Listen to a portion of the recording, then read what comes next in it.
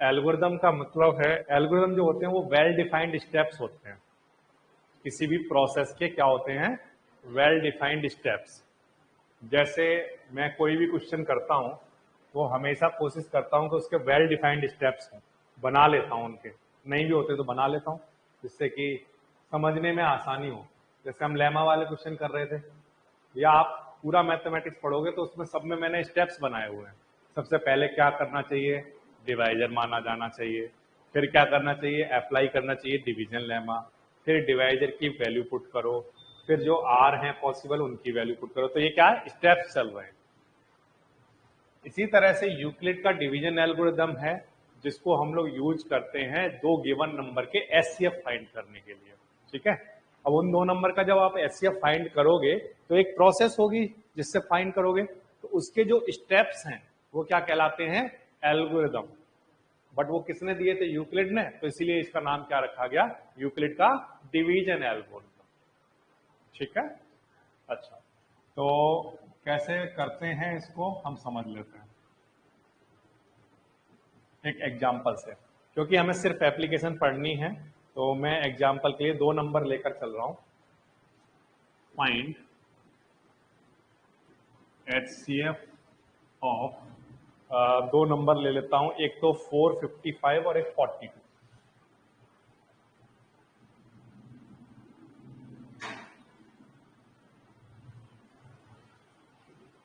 बड़े आसानी से समझ आ जाएगा, आपका ध्यान बोर्ड पर रहेगा। तो देखिए, सबसे पहले बात, अगर आपको एचसीएफ निकालना है तो जो दो नंबर गिवन होते हैं उनमें से सबसे पहले ये सोचा करो कि उनमें से छोटा नंबर कौन सा है। ठीक है, ये सबसे पहले ये डिसाइड करना है आपको। अब इन दोनों में से स्मॉल है 42, तो आप यहां पर लिख लोगे सबसे पहले 42 स्मॉल है किससे? 455 से। ठीक है, अगर 42 स्मॉल है तो 42 से 455 को डिवाइड करना है हमें। 42 से डिवाइड करना है किसको? 455 को। कराइए, यहां पर 10 टाइम कराओगे तो कितना आ जाएगा? 420। माइनस करा दीजिए, कितना आएगा? 5 और 3 35। ये ठीक लिखा मैंने? अब बच्चों, जो लेमा होता है, लेमा की फॉर्म में अगर मैं इसको लिखूं तो क्या लिख रहा हूँ? तो आंसर सर देखो, ये जो बीच वाला नंबर है ना 455, ये आपका इक्वल रहा होगा किसके? 42 इंटू 10 और plus 35। A equal to B Q plus R. आसान है? ठीक।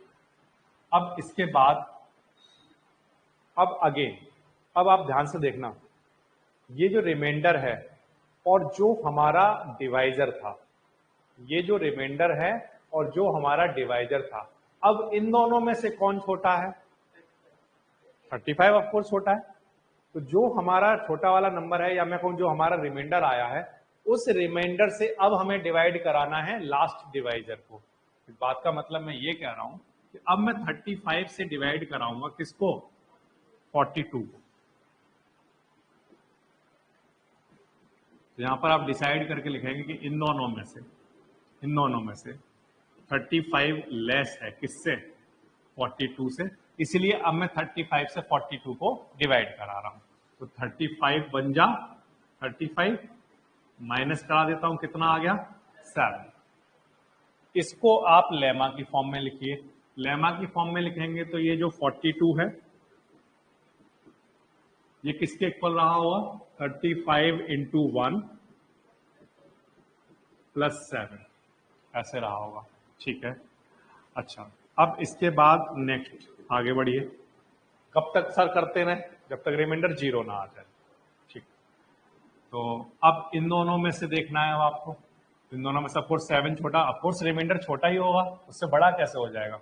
7। तो अब हम क्या करेंगे? 7 से डिवाइड कराएंगे किससे? 35 को। तो 7 से डिवाइड कराने पर 7 5 जा 35, माइनस किया तो आंसर 0 आ गया। ठीक है, तो यहां पर मैं लिख देता हूं कि 7 जो है वो लेस था किससे? 35 से। और जब मैंने लेमा लगाया तो जो 35 है वो किसके इक्वल होगा? 7 इंटू 5 प्लस 0। अब जैसे ही रिमाइंडर 0 आ गया तो आपका क्वेश्चन खत्म हो गया। आपको निकालना क्या था? एचसीएफ। एचसीएफ क्या है?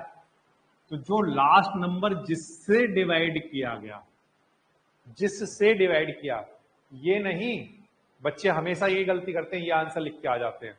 जिससे लास्ट डिवाइड किया गया वो हमारा एचसीएफ का आंसर होता है।